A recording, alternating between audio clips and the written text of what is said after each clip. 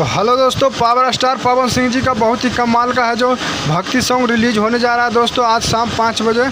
बता दें दोस्तों, सॉन्ग का बोल है माई मोरी अंगना में अली। सिंगर इसमें पवन सिंह है दोस्तों। आशुतोष तिवारी जी सॉन्ग को लिखे हैं जो बहुत ही कमाल का सॉन्ग है दोस्तों। म्यूजिक बनाया है प्रियांशु सिंह, जो म्यूजिक बहुत ही धमाल का म्यूजिक है दोस्तों।